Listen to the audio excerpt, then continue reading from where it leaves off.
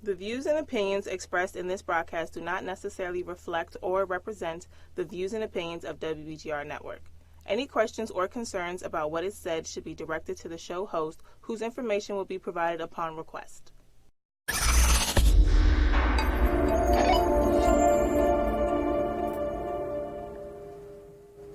Hey everyone. Hey. Welcome to today's episode of Let's Do This Talk Show. Excited to be here. Crazy weekend, crazy week, crazy everything. So today we're having an author takeover, the Empty Walls series. So we're going to jump into that, and that ties into our topic because we're going to be talking about relationships. So make sure that you share the feed because it's going to be engaging, and we want you to chime in as well. Also, I want to start off by giving a shout out to Allison Daniels. So normally Allison is our contributing host, and she's normally here on the fourth Thursday of every month. However, I'm so proud of her. Today is the first day of her workshop class. Okay. So she's doing a writing boot camp, right to finish. And it's only $97. She's going to be repeating this over and over again. Wow. But she's just trying to help people who are getting stuck or who are trying to figure out if they want to write. She takes them through the whole process, and then she also, at the end of it, offer opportunities for publishing. So her flyer will be on the screen later on, but just wanted to share that. Yes. So... we gotta do introductions. Then we're gonna go into this weekend that we had this weekend. Yes. So tell them who you are. I am Katrina Martin with the Global Next Gen Event Space. I also, sometimes I've been forgetting to mention my other business that I have, which is the Next Gen Powerhouse, where I work with youth and other events hosting at my place. But of course, you can reach me on 202-439-1965 to book your events. And you can also look us up on Facebook, Instagram, Global Next Gen. Yeah, so it's your girl, and make sure you share it. It's your girl, Ladrine Howard Peterson. I am the CEO and founder of Do It, delivering on ideas and thoughts. And in a nutshell, you know what I do? I help turn dreamers into doers. And I do it on two aspects. One, on the aspect of career development, and then the second one is business. I help people with their marketing strategies, business plans, and so on. We're going to cut to all that, and we're going to talk about the weekend. I guess I should talk about my nonprofit organization. I'm sporting my I Am the Legacy t-shirt. But I'm bringing that back up, so I'll talk about that at a later show. Let's talk about this weekend that we had starting on Friday. Yeah. Can I just say one word? Amazing. Thank you. This one right here turned 50 this weekend, and the Yes. party was like, I ain't never ever she was getting married or what was going on, because I've known you for 36 years. Yes. And it was like a family reunion for me. I saw people from junior high school, from high school, from every other engagement. So you go ahead and talk about it a little bit. Well, first of all, I want to thank everyone. Just a quick shout out. Go ahead. Of course, my theme was 50K. Okay. 50 Katrina. So my team was 50K. So my 50K team, which was my family and friends, who put the whole event together. Nice. I put my vision out there. I told them what I wanted, and they executed. They made it happen. So, of course, I got to give thanks to that. Big shout out to that. We had two people that was added to the team. I put a shout out on Facebook, needing someone to run the reception area, and two phenomenal young ladies stepped up: Sunita Battle and Teresa Henry. Sunita Mitchell. Is it Sunita Mitchell or Yeah, Battle? Mitchell. Okay, Sunita. Yes. Thank you. And also Teresa, which her nickname is Tweety Bird. I didn't even realize that. We grew up with her. So that just show you how things go in full circle. Okay. I want to thank my HD Woodson. They came out. Yes. My photographer Fred Shepard. He did an amazing job. I uploaded a lot of pictures on Facebook for those who want to get some snapshots on Facebook. And my designer of my outfit, Brian Lukeman. You can look him up on Facebook as well. Lukeman. He is the bomb.com. Yeah, he did that. So the party was phenomenal. From all of the backdrops that you had, it took me down memory lane from Go-Go to Anita Baker to all of the things that we grew up on. Yes. All of the Go-Go spots. I mean, just everything. The outfits that we wore. That right there, just looking at that. And I took a picture by it. I haven't posted. I still have some more pictures to post. But, the display, I fell in love with the Katrina dessert bar, like with the spelling out your name, just beautiful. I mean, everything was phenomenal. The backdrop when you first came in with your parents' name, your siblings' name, your children's name, all of the events, and then you had Let's Do It on all of the. You see that? You see the Let's Do It? Oh my goodness! So it was really amazing. The color schemes of everybody coming together. You see me struggling because I had to get the black over the pink to go out and everything, but that was amazing. So happy 50th birthday. Thank you so Katrina. much. I am overly pleased with the outcome of the party. Like I said, my theme was living my best life. Yes. And that's what I wanted to just bring everybody together. Yeah. Family, friends, middle school, elementary. It was people there from every chapter in my life. Do It, Next Gen, the Let's Do It talk show, everybody. Queen Esther. I had a little bit everybody in the house, and everybody showed up and showed They did. We shut it down. And the little part with the dancing when you was in the circle, everybody came up and danced. Oh yeah, they did the dance. It was phenomenal. It was cute. I was overly pleased with the outcome, and everyone had a good time. Awesome. So that was phenomenal. So also on Saturday, which was actually your birthday. Saturday was my birthday, and also my godbaby birthday, which is Amber, and also my dad's birthday. We have a triple play every year on June the 22nd. So we had a small cookout for my goddaughter Amber at Mona's house. So we did that on Saturday. Great. And then Sunday, we still celebrated Amber. I went out to brunch with Amber and her girlfriend. So Saturday morning, early Saturday morning, I had a speaking engagement, and it was phenomenal. It was your purpose-driven journey. Okay. And when I tell you, the lady spoke so well in terms of talking about their purpose, and everybody has a story. I haven't posted my pictures from there, but it was phenomenal. Last year I was a speaker. I was a panelist, and then this year I was a speaker. Good. And again, touching, amazing. I'll have to share some more of the pictures. And then from there I went to Vegas for an HR conference. So I was in HR heaven. So we had several keynote speakers. Martha Stewart was one of the keynote. Her presentation was actually good. She talked about dealing with some of the things she went through while she was incarcerated and some of the lessons that she learned, and also her relationship with Snoop and some other things business wise. Okay. And then Brene Brown, she is the queen of vulnerability. Wow. She talked about Dare to Lead. Her presentation was amazing.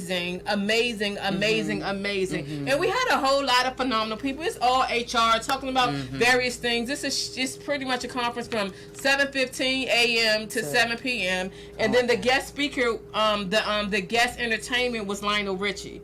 And he took us all the way back. He put on a very nice he show. puts on a really good show. Put on a really nice show. You can't even tell that he's 70. Yeah. Yeah. So in terms of so that was our weekend. So that was our weekend. The weekend was just off the hook. Yes, I'm fresh off the plane up in here. But so today we're going to be talking about relationships. All about relationships, and that's one thing that across all lines, that there is something to be said. Rather it's a relationship where it's a female and a male, husband or wife, mate, or with your friendship, your sister girlfriends, or whatever type of friends that you have. Yeah, so it's so many things that evolve around relationships, and relationships are hard. And I sometimes used to always say, why does it have to be so complex? And you'll go to Lauryn Hill's song, I sing that a lot. It could all be so simple, but you rather make it hard. Girl, you know that's my jam. You know that was on my board, Lauryn Hill. Oh, okay. That's my girl.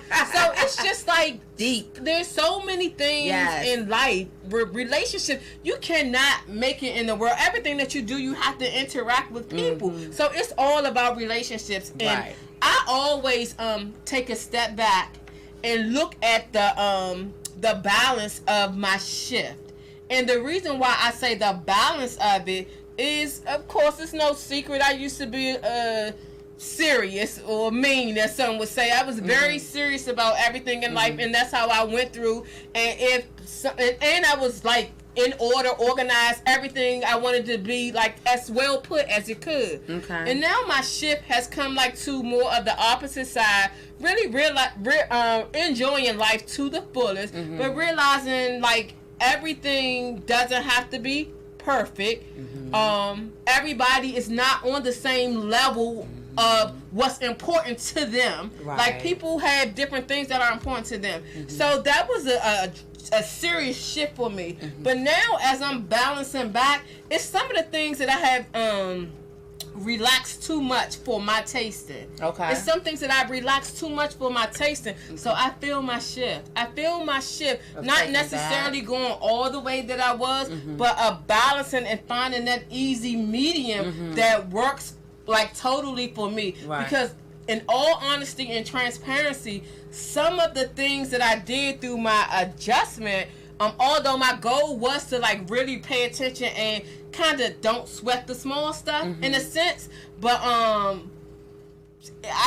need to sweat a little bit. Start pulling it back, it's a little pulling it back into your perspective. I don't like how it's the whole output of it, and it's more so like I've become like so relaxed in terms of just things that I would do, like like now it's starting to drive me crazy. So I was like, okay, I've been to that extreme, I've been to this extreme, so now it's adjusted. And some of it also have to do with relationships with people. So do you find it is it with the relationship with people, or is it some things you've been laxed in with yourself, your habits, your routine, or what is it that you're finding you need to bring it back? So it's a combination of both.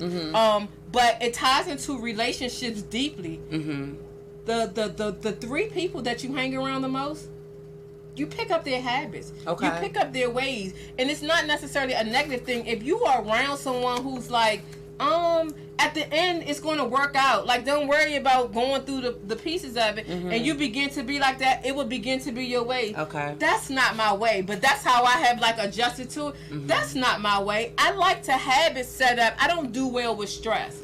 Okay. And so I like to have things organized. So it does have something to do with my relationships, and also I care strongly about people's feelings. I always did, but I know that I was so direct. It was just like time was important, and I didn't want to waste no time, so I was a straight shooter. Straight shooter. Now I'm just a straight shooter. But I do recognize people communication style is different. And people prefer to accept things different ways. So for that piece, I still respect everyone. So it has been enlightening, and I have like a total respect.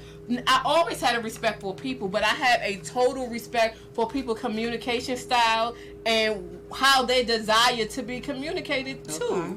So that's a big thing for me. So we're gonna any comments before we shift? Well, hold up, my daughter's texting me right quick about something. She's at her training. She's at her little summer job training.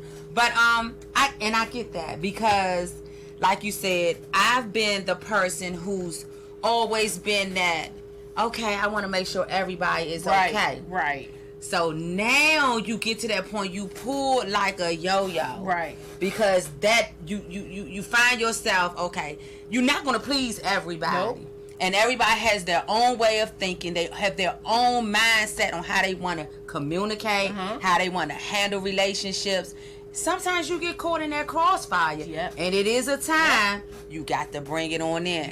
You got to bring it on in, because if not, then you'll find yourself losing yourself. Exactly. And what you stand for, and what's true and passionate for you, what's true to your heart, that you totally don't agree with, you'll find yourself falling into the trap. Exactly. I get that. I totally agree with that. You got to bring it in. And like you can't lose yourself. You cannot lose yourself in trying to appease. Not necessarily appease, because I wasn't trying to appease anyone. I don't mean to sound direct, but I still had that. But I was more so trying to be understanding that medium point of people, and trying to sincerely put myself in their shoes. Myself in their shoes. So yeah, so what do you all think about relationship? Derek Jones says you have to be selfish about your own happiness. Absolutely. Take it back. Same thing with the airport. Same thing of securing yourself first. That's with like anything. And don't get me wrong, I know what the Bible tells us, like to care for our other people, for our neighbors. But we have to understand, like in the sense of caring for your other neighbor, not driving yourself crazy where you're not even capable of caring for anybody else. Less known than you're not even capable of caring what for comes yourself. to mind with that when he mentioned that is protection. You gotta protect. You gotta protect yourself. You gotta protect what's yours, and that's just the bottom line. And it may seem selfish to some people, you know, but at the end of the day, if you're no good to yourself, you're no good to nobody else. You're no good to anyone else. And that's the truth. And like, I go through that. I go through that balance of it, but we'll talk about that more on the opposite side of the commercial. Please, in terms of your questions, put them in the feed. Yes, let us know. We want this today. to be interactive. And also, one of my posts, I threw a question out there about what was my question? Oh, your question was about the flirt. Like if you see No. But what was my overall questions? What if so? Check out my feed. I pretty much put a question out there in terms of what we want you all to chime in. Yes. So it's how do you handle? So throw out some things. We're going to talk about how various people handle situations because it's not a one size fit all. Definitely not. And people have different opinions about various things. So we're going to go to commercial. And you're going to see a flyer from our girl, Allison Daniels, again, with her boot camp, Write to Finish. If you are looking to write a book in the process or need some assistance or even want to explore, it's only $97. And it actually takes you through a various number of modules for 6 weeks. So if you are looking to write a book, $97, that is valued at way more than $97. So we'll see you all on the flip side of the commercial. Put the questions in the feed. Help us out today.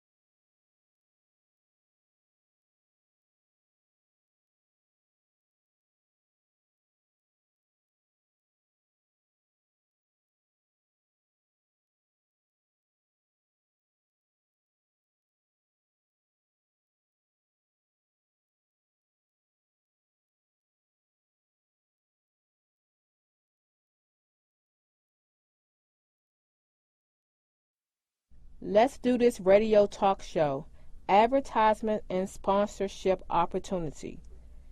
If you have a service, product, event, or initiative that you would like to promote, connect with us at Let's Do This. We are offering various sponsorships. We also have opportunities for 60-second ads and 10-minute takeover segments. Of course, this is in addition to our VIP guests. So check out our website, www.letsdothisradiotalkshow.com for more information. Hey, welcome back. So, as you see, we have Miss Alicia Henderson here, who is the author of this phenomenal series. So we're going to talk about the Empty Walls series. But first, give us a quick overview of who you are. Let them know who you are. So my name is actually Tawana Chisley, but my Ghostwriter pseudo is Alicia Henderson of the Empty Walls series. Mother, wife, writer, creative, all around creative person. That's just me. All right, so we're gonna let them find out a little bit more by me interviewing you. So, what or who inspired you to write your books? Well, my daughter she actually worked, had a show here at one point. Nice. But she told me to write. We had a conversation one day, and I said, I have this story. I've had this story for over 20 years. Over 20 years, probably 30 years. And she just said, write it. And I said, I'm not a writer. She said, just put it down and fix it later. Right. I said, okay. After that, I went in, and that was 2 years ago, and I haven't stopped since. Wow. And the rest is history, shall I say? Pretty much. The rest is history. So, in writing your first book, what was the most challenging part of your experience?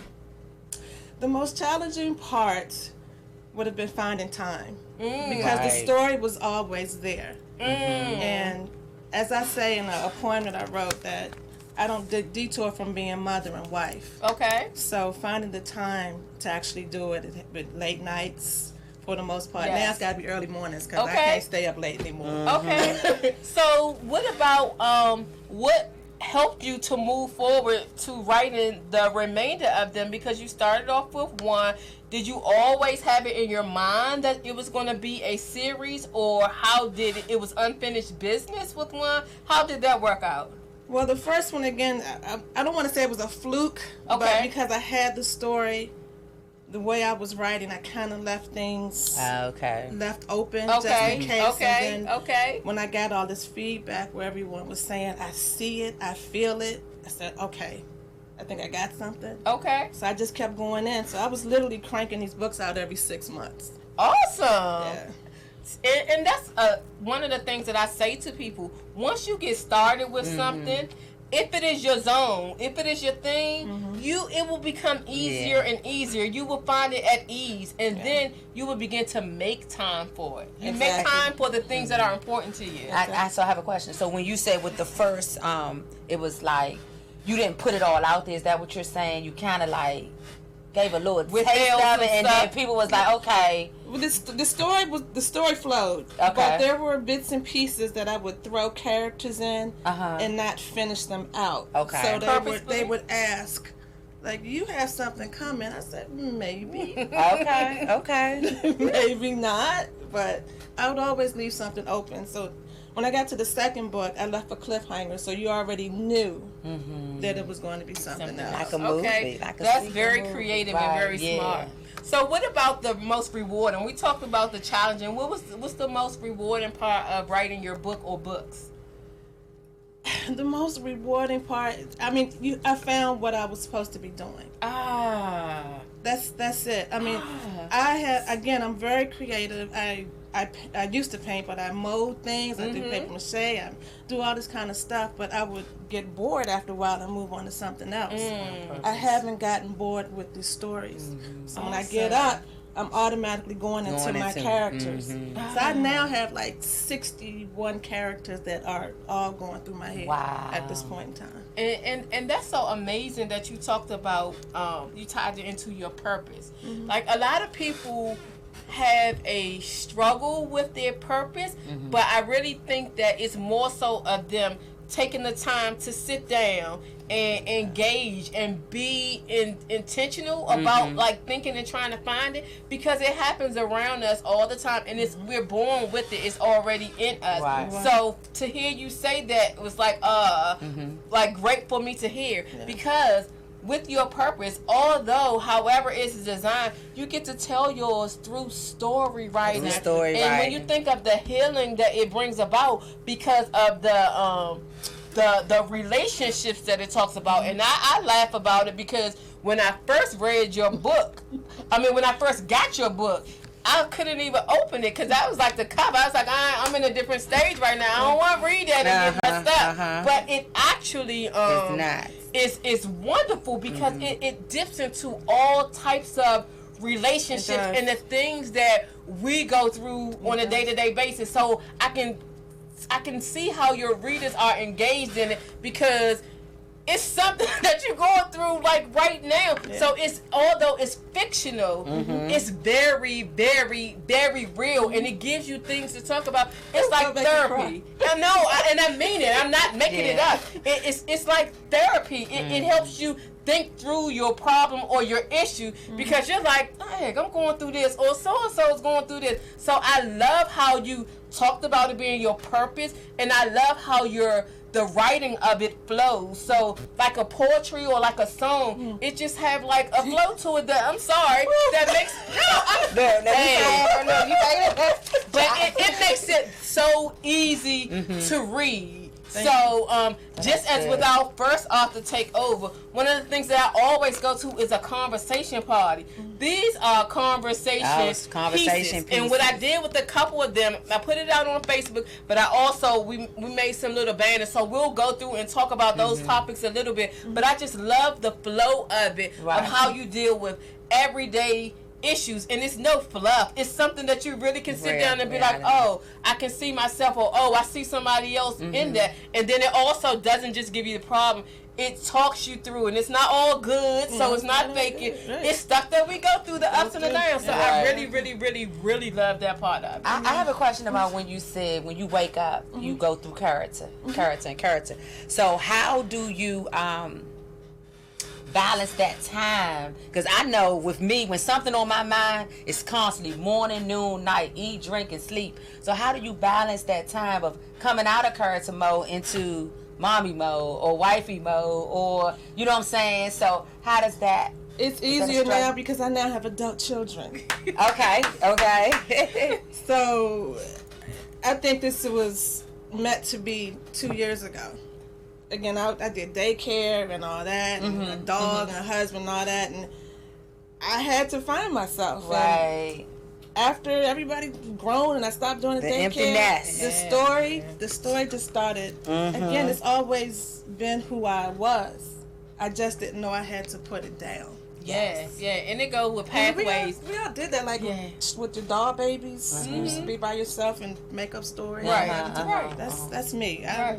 I'll be in the kitchen washing dishes, and I'll feel Chauncey talking to me. She said Chauncey Lee character. I feel him talking to me, and I'm like, yeah, okay. I'm getting there, and I write that down a little later. I love that. Keep on writing, Chauncey, and actually too. So which book did you read? You read.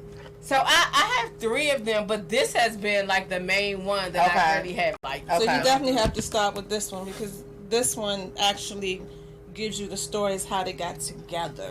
So it's actually in the order. It's volume 1, volume 2, and so on. So it's a sequel. Each one is a sequel to this the is next the one they're talking about. This one. Everybody got to start off with this one. Yes. The beginners like me got to start off with this one. Easy read. Easy read, It really is. It really is. So, and you sort of answered this question a little bit, but just want to tie back into it. So the 5th book came out? No, the 5th book is in process. Okay. I hope to have it finished by the end of July. Okay. I want it ready. I want it in my hand when my birthday hits. And okay, and that would be a great milestone. So in doing so you talked about how you started off with one, you left some loose ends, but along the way, you purposely left loose ends. So in terms of like it being at number 5, does it stop at number 5? Do you not know, or is that something that you want to leave the listeners like guessing and trying to figure out? The Empty Walls series will end in number 5. Okay. The series will end in number 5. Okay. But I have, again, 60 somewhat characters. Okay. That I could build off of. So a lot of them I don't really get into detail with the relationships and things like that. Like the TV shows have a spin-off, the characters are going to have... Okay. Depends. I mean, I'm trying to go stage play and all that. So I know that's right. Do what you need to do, girl. Get these stories out there. So, if you had to capture your book concept by using 4 words or phrases, what would they be? 4 words or phrases. Love. Passion. Forgiveness. Yes. Sex. Yes. Is that 4? I mean, that's forgiveness, that's passion, 4. and sex. Okay. So, love was the first one that you said, right? So, talk about that a little bit. As far as, I guess I have to start with number one. Okay. Without going into too much detail, Right. This young woman went through a lot. So to have this man come into her life when he was supposed to, because it was already destined. I talk about that a lot. Right. There are no consequences. Right. He came into her life when he was supposed to, and helped bring her out of all the turmoil that was going on in her life. And it's a lot. A lot happens to her, but he shows his love for her in so many different ways. He's always trying to lift her up. When she keeps her head down, he's always lifting it, telling her that she's important, that she's special. He does it all. It's a lot. Yeah, It's a yeah. lot. And we're going to circle back on that a little bit, because, and you can start thinking about it. As I was going through that part, I was going through the piece of him building his empire, him having an empire, but her road to being a boss. How does that clash? How does it go? Or just I threw that question out there, so we'll talk about that a little bit later. So let's go through these and we'll bounce back. So your books cover a variation of topics. It goes from all the things that you just now said, like mainly, but in terms of officially, how are they categorized, like on Amazon or wherever else that you sell them? Relationship. I was trying to figure out love. Yeah, so romantic. that was going to be my question. So these would be considered love stories, or I've always had a problem with trying to categorize it, so I would go with dramedy. You know, Okay. But I would say drama. In the beginning, I would say romance. The first one would be romance, but because of how It the ends flow up going, is, yeah. it's so much more drama that leads back to that love Yeah. and that relationship.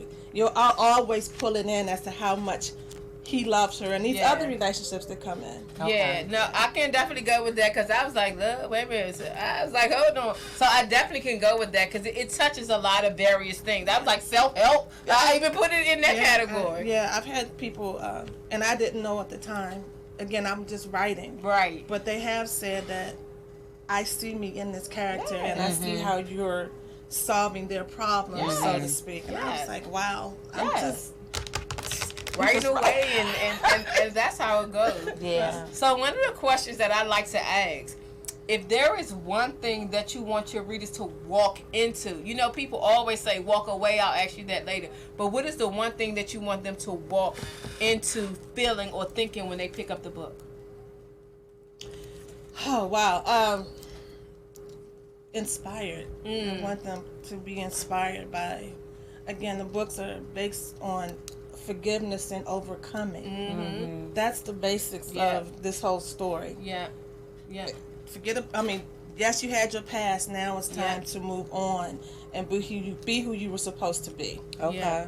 So I would think inspiration. Okay. Inspiration. And it's kind of like that can be your answer to the takeaway as well. I asked coming in, but takeaway, is that the same answer or anything? I want them to connect with the characters so they can feel what they're going through and be happy, be sad, go through that roller coaster. So, Trina, did you have can I any dive more in? questions? I'm not a person that read. I've read.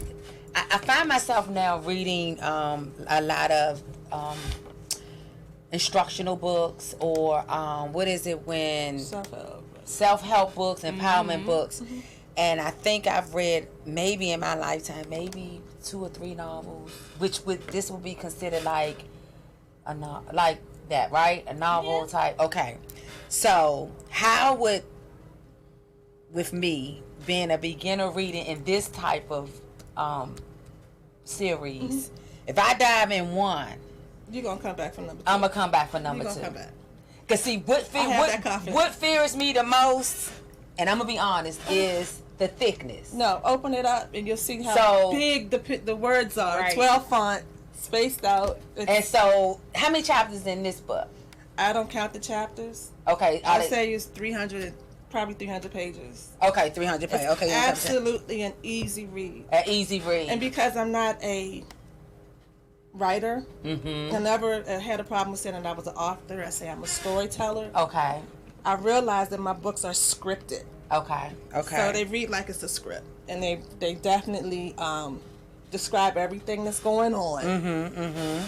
So I think once you get in it, you'll be looking for number 2 for sure. So Roland Henderson Jr. is shouting you out. That's my brother. My sister, looking good. Yes. Great Craig Young. I see you, Queen Pen.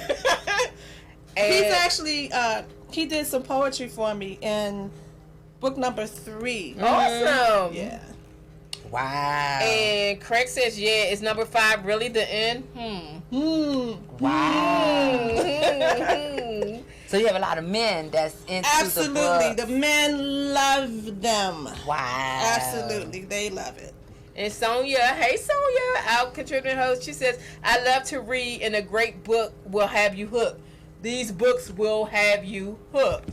So, as I mentioned, I took a couple of the topics from your books. So we're going to dive in and talk about them. And I didn't share with her in advance. I pretty much wanted to be an open dialogue and an open conversation. I'm nervous. Don't be nervous, girl. This is your book. I got it from your book. So and it's everyday life stuff. So the first one is cheating. Okay.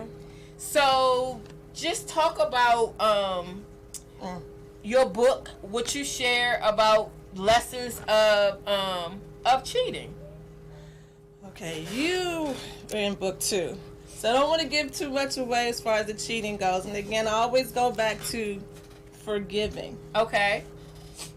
What happens in the story, there is some cheating, but from that, someone is born. Okay. And that someone just so happens to be the one that is destined to be with the other one. Okay. Okay. So, again, the cheater says that it happened, but this person is not a mistake. He was supposed to be here. Yeah. So I definitely feel that those people, and given if you are in a situation, it might be tougher for it to for you to go through it or deal with it. But definitely feel like children have nothing to do with it whatsoever. It's a tough pill to swallow. I mean, I guess you have to find some way to get by. Because, I mean, and let's talk real. In all honesty, I don't know if I can walk around every day and see. It would take some building. And I'm saying me from the surface of it. But I love children. I love people. I understand that somebody coming into the world is not a result of something that they did. They had nothing to do with it at all. But like still in the sense of not the child, but forgiving, I don't know. I would have to be in that situation. I don't want to give too much away. We can talk about general talk. You don't have to all right. So what about the book. Because this is in your 5th book or something? No, it's actually in this one. Okay, in that one. Okay. Yeah. Well, actually, it's in this one too. Right. So, okay. It's in the first one too. So, it's not. There's a level of forgiveness. It's like you. Not the forgiveness. It's like, okay, I forgive you, but in the back of my mind, I'm still worried about what you're going to be doing later. So, it's a little. It can be a little difficult. Very. But the love is there, and you can try to work it out. But again, things happen in the story. Yeah, no, they do. And I mean, and we don't necessarily have to only talk about the story. We can talk about in general. If that's the case. Cheating is a hard one for me. It messes with the trust. And I know, like, forgiveness is a part of that. And I'm fine with the forgiveness part, but for me to go back, and I know God trusts us again with our life and what we do, but like cheating, that's a It would definitely be hard for me as well. No doubt.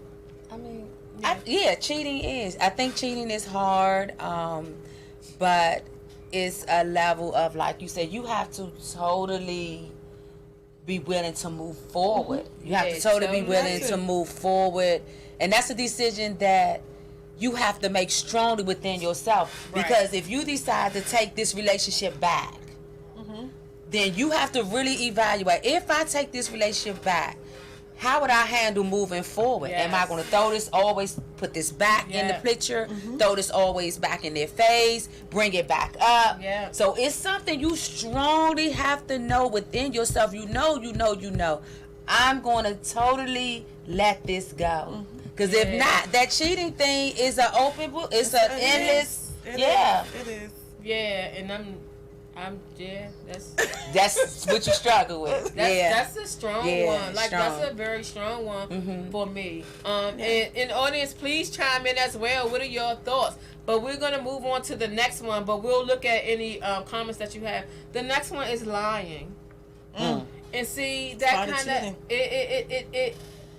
There is like intertwining with it. So if somebody cheat, I would rather for them to be honest and open and let me make the decision based on that. Even though I just said it was really tough for me, so it's probably going to not be.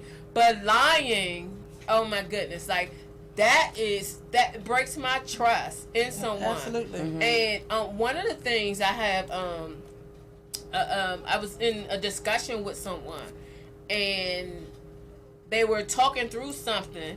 And they were like, they lied to their spouse. And I was like, why? And they were like, because they didn't want to hurt him or her. And I said, do you know that it's going to come out anyway? And when it comes out, it's going to hurt worse. It's gonna be worse. So that's why, like, lying is because you always going to, it's, okay, you may not find out, but more so, you're going to find out eventually. I don't care if it's months later, years later, or whatever. And it's going to sting. It's going to sting. It's going to sting. And then the other piece that I'll say that's really like hard and trying is lying by omission. I was getting ready to say. So that's what I was getting ready to say. That's another piece. And didn't even know it was behind. Yeah, so chime in. So yeah.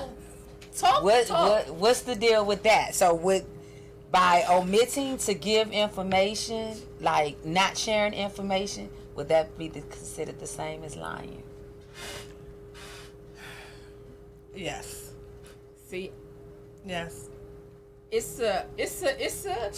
It's a slippery slope. Yeah, because lying means being dishonest about something. But if you are, I mean, it really depends on what it is. But if you are intentionally omitting information, you're lying. Yeah, it's a slippery slope. Yeah, and it'll hurt, but get it out. Because it's going to be worse. It's going to be worse. It's going to be worse on the other end. Absolutely. And don't get me wrong, there's a season for everything. So that's where it gets kind of like trying. And I'm not trying to be holier than thou or in the Christian aspect, but it is. Because sometimes I have had something that happened to me, and it actually started like years ago. If I would have found out years ago, it would have been an issue for me, those who are involved, and everything. I found out years later, and it did not sting like bad. It didn't sting. And when I tell you, like, so in terms of timing and balancing out, with everything, there are some things. So that's the only reason why I said omission. No, I agree with you, like a great percentage of it. But when I go back into like how things work, that thing probably would have I don't even want to go in terms of where it would have been. I see where you're going. I would say it's a twofold because, like you said, when you lie, you have to say another lie. If you notice, one lie after another after another. And one thing about lies, they don't add up. They can never come with the same and that's how they catch people. You know, with criminal cases and things like that. When people are lying, none of the stories are the same. But one thing about the truth is consistency. Yeah, you're gonna hear it. It's the truth. Now, as far as omission, I get what you're saying as far as timing. But I'm still trying to figure out if a person chooses not to speak about a situation or occurrence or something of that nature, would they be considered a liar? They might be protecting. Sometimes. Because people have their reasons why they choose not to discuss this or not to disclose this information for protection, for whatever means. Maybe they don't want the other people involved to get heavily involved in things like that. So are they considered liars? Again, it's a slippery slope. Yeah, and that's why I was saying, like, to a great percentage, I agree with you. But then there are also like those outliers and those reasons for that. So let's just take, I mean, I've never been raped in my life, but let's just take if somebody had been raped, they're in a relationship. Like, do they owe it to that person to tell that person that they've been raped? At what point in a relationship do they? So it's that type of thing. But it could be. I mean, like, I think that if you're married, that you should be at that place where you should be able to tell your spouse anything. We know people have different ways, and I'm just saying what I think it should be. So I'm painting my pretty picture of what I think it should be.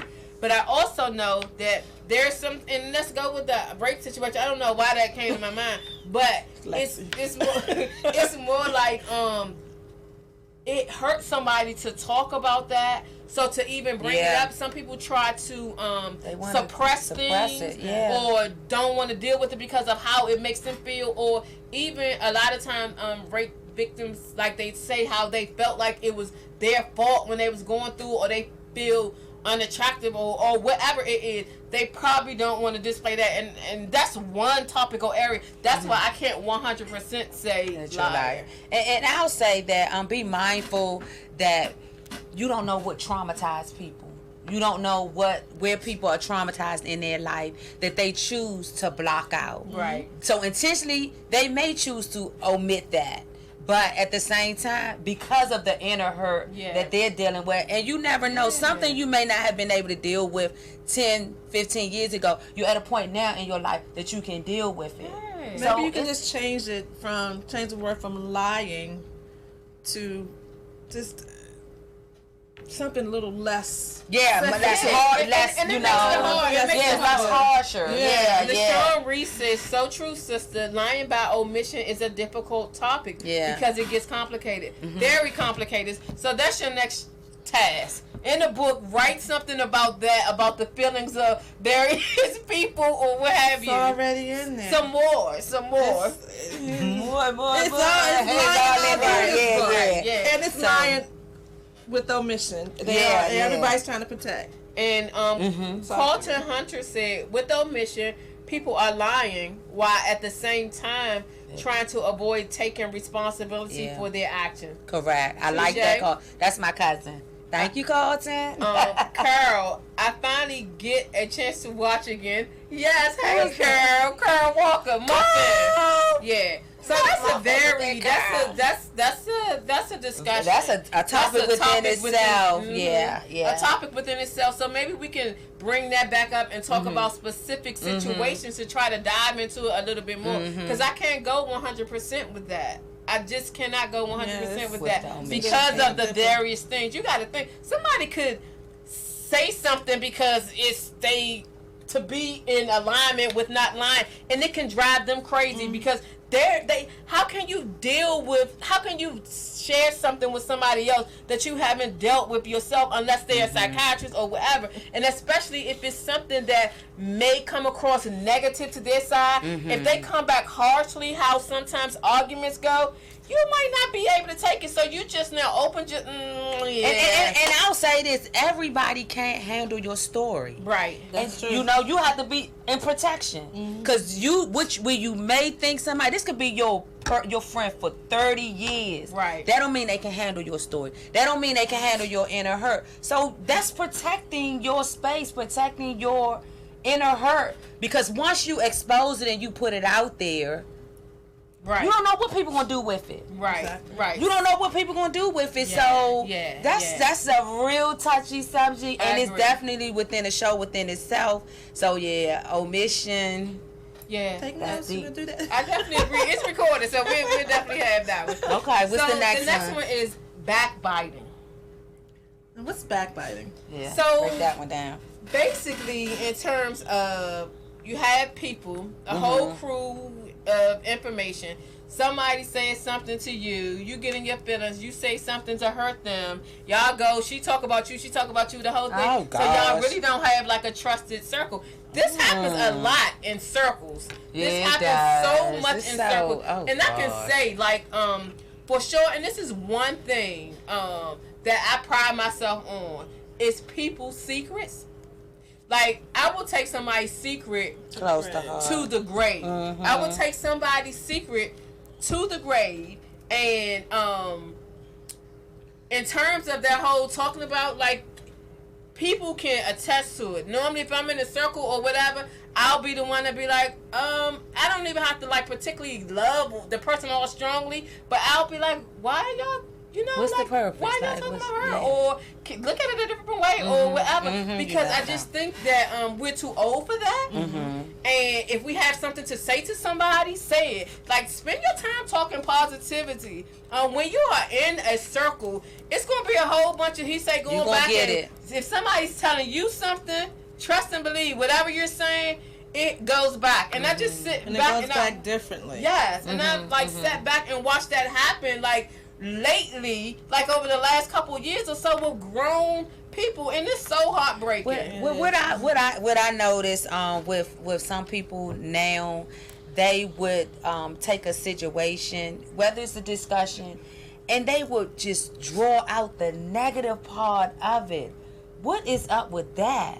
They would just, it can be 80% positive, 20% negative, but they zone in on that negative piece. Those are normally negative people who do that. So it goes with the personality. So if you think about each individual person and their makeup of things, you have people who are pessimistic and you have people who are optimistic. And you're truly your way about things go like that. And when I was talking about me softening up a little bit, that's what I don't like about it. I mean, I think I overly give people the benefit of the doubt and trying to say, okay, well, they don't know better, or they didn't. And sometimes it has just gotten too much. And I'm like, look, I'm giving you too much benefit. I mean, you had too many passes. It's a thing called too many passes. When you turn 50, your passes have expired. I'm definitely in that place where the passes expired. For like that drama. Get away from me with the negativity.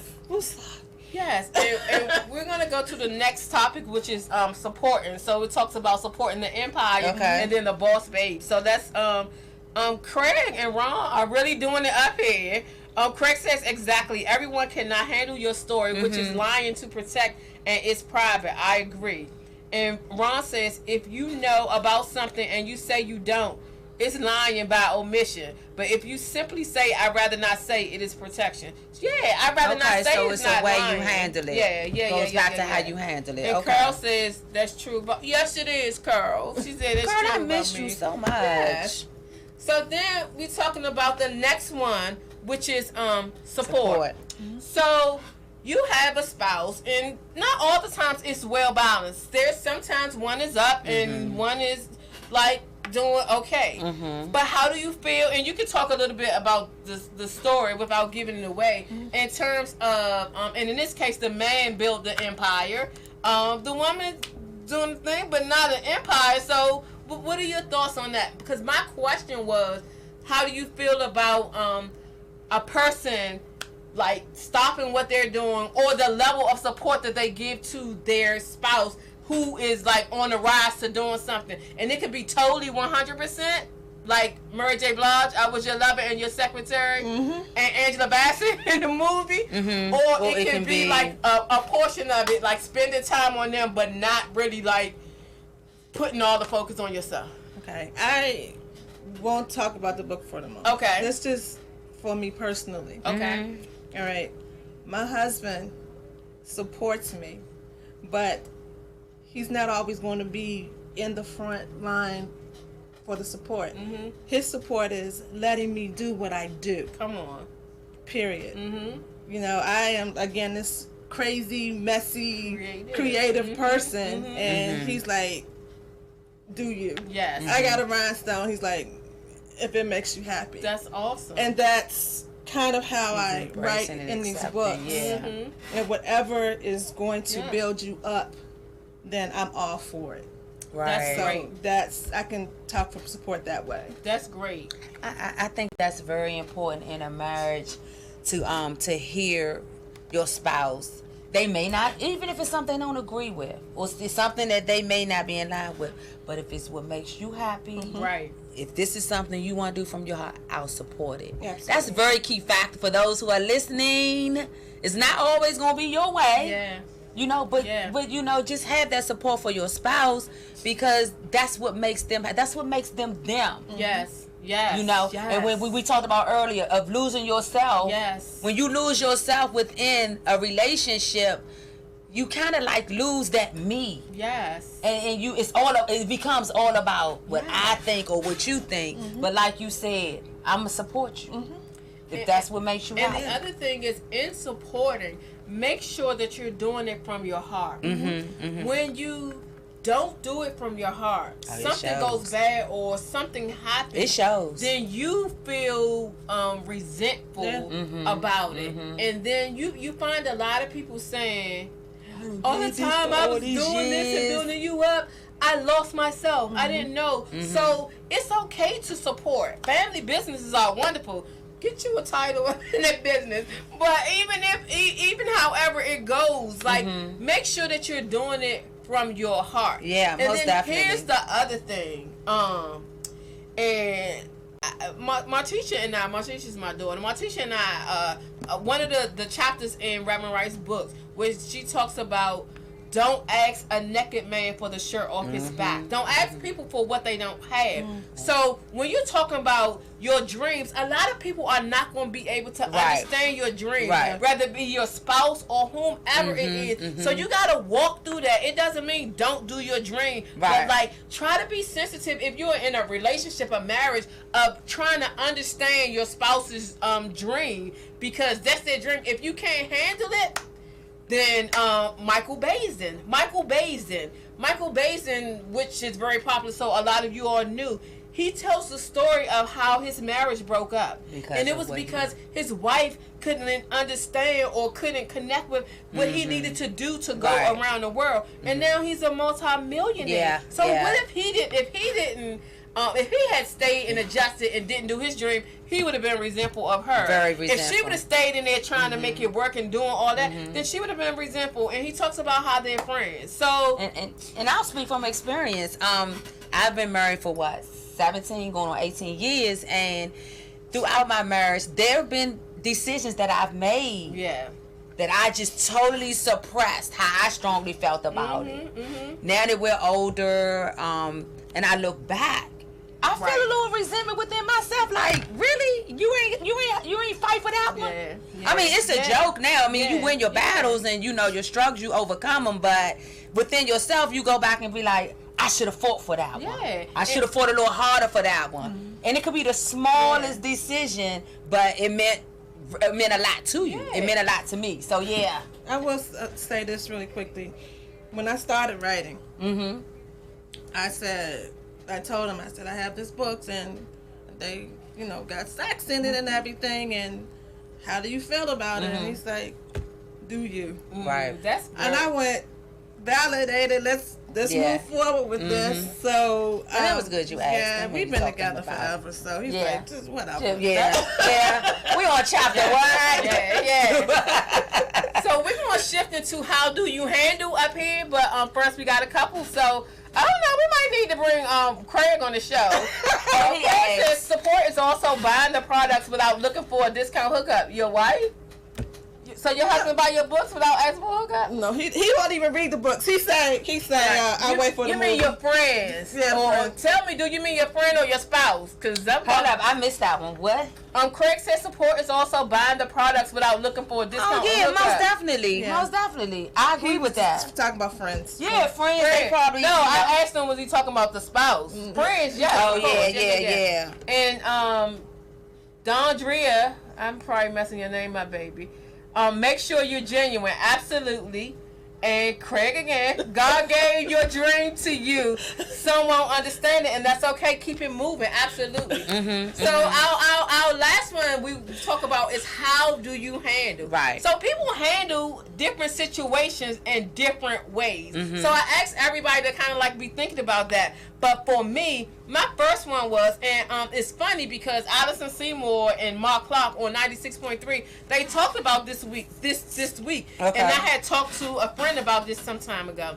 If you see your friend's spouse or mate out with someone else, would you tell your friend, or what would you do?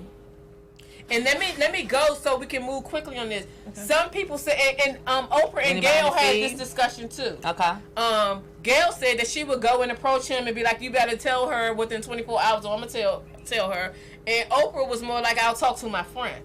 Me, and this has been a long-standing question. Me, I will. You never know what the situation is. Exactly. So I will say, "Hey, Trina, I saw Dwayne yesterday over so wherever. It was a couple females or whatever, and I'll leave it like that. But I'll say, when I was very young, this happened to me, true story, and I asked my friend, I said, if your boyfriend was messing with someone and I knew about it, would you want to know? And she said yes, and I told her. Okay. I told her, and it ended up being like a true messing with each other. Baby, 8 months later, and everything. So I saw her maybe like 2 years ago, and this was years ago, and she like thanked me for that. I would want to know also. I truly, sincerely would want to know, and let me choose to deal with it however I want to. But in that situation, it was like I don't know. Any? You want to speak on that? It depends on the situation. Right. I mean, if I saw you with another dude and it was completely innocent. Right. And that's the thing. So you don't know. So you gotta be careful. That's how I live my life. Period. Right. I have male friends that support me. They talk about the books. I can be sitting in my place more than Java Cafe. I know that's and right. talking to my, talking to my male friends, and it's all good. It's as long as it's innocent, it's not a big deal to me. Right. Yeah, but how do you know it's innocent? Well, honestly, you have to have that trust in your partner. So as long as you have that trust, nothing else is. So you have to have the trust in your partner. I'm talking about your friend. Oh, if I want my friend to tell me, yeah, me too. And he not my friend, so I may be like, hey, John, and you gonna know that I'm gonna see. I'm gonna tell. So let me play devil's advocate. Tasha Williams said, keep my mouth shut. Carl said, I will confront the male, give him a chance to tell her first. If he doesn't, then I will. Craig said, get the facts correct first. Also, I'm not even getting into the facts. It is what it is. I'm just going to say, hey, I saw him. Right. Correct. And like I said, you got some cases whereas it's a reoccurring situation. Right. And that person throw you under the bus. Have done it before and that's the risk that you gotta take. That's the risk you take, and sometimes some people choose like, okay, I'm not getting in that foolishness no more. I'm not getting caught up in that. So it depends on the situation. I think it depends on the situation. Yeah, no, you're very true with that. Any last one? Because time is wrapping up. Any last one? Any last in terms of how do you handle? I'm good. I would tell my friend, and I want my friend to tell me, but. Yeah, definitely. Yeah, and my other one, we will have another show about this. Mine is too intense to even go into right now. And I'll just throw it out there. You can throw it out there, but we'll have a how do you handle. Mine is, if you grew up with, you have a friend, somebody that they used to mess with an ex, try to talk to you or try to flirt with you or say something, do you tell your friend? Mine is yes. So, I told her. What's your question? Just throw it out there. Okay. Mine has to do with a relationship, with long-term relationships, and you have two people that's been together, and their circle are the same. When it comes to invites, do you invite both, and you let both know they invited? You leave that up to them to come, or you go biased and invite one or the other? That's mine. Mine quick to that. We can talk about next week. Okay, I invite both. I don't have one at the moment. Y'all blew up my mind with this. Okay, okay. We're gonna have one. So you all, how do you handle? That's a little phrase and a little thing that we're gonna add into the segment. Our upcoming shows before we do the closeout. Our upcoming shows. So next week, it is July 4th. We're probably gonna do a replay. Yeah. Something, we'll let the radio station pick one. And then 7-Eleven, we're having a pound cake bake-off. So we have 3 people who are baking pound cakes. We actually have room for one more. One is unable to do it. So if you have a good pound cake, send me a message so that we can get you into this pound cake cook-off. And then upcoming, we're going to have career. So people who have impacted their career, we're going to talk about career development and that whole thing. And I'm going to bring a couple people on to talk about their testimonies. And then skipping a little bit, August the 8th, we're going to talk about depression. So Joyce, and I think Joyce was watching, Joyce is going to come in and Trina is going to host the show that week, talking about depression, mental health, illness, and so on and so forth. So we're looking forward to that.